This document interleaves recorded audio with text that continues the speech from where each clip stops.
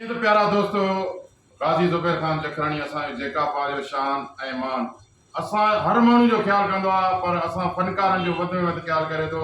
अलाह उन्ही खे शादो आबाद करे उनजी मोहबतूं असांजो बाबर जमाली उनजी मोहबत में हिकिड़ो ॿुधाए थो। ओ सखिया सखिया गाज़ी ज़ुबैर ख़ान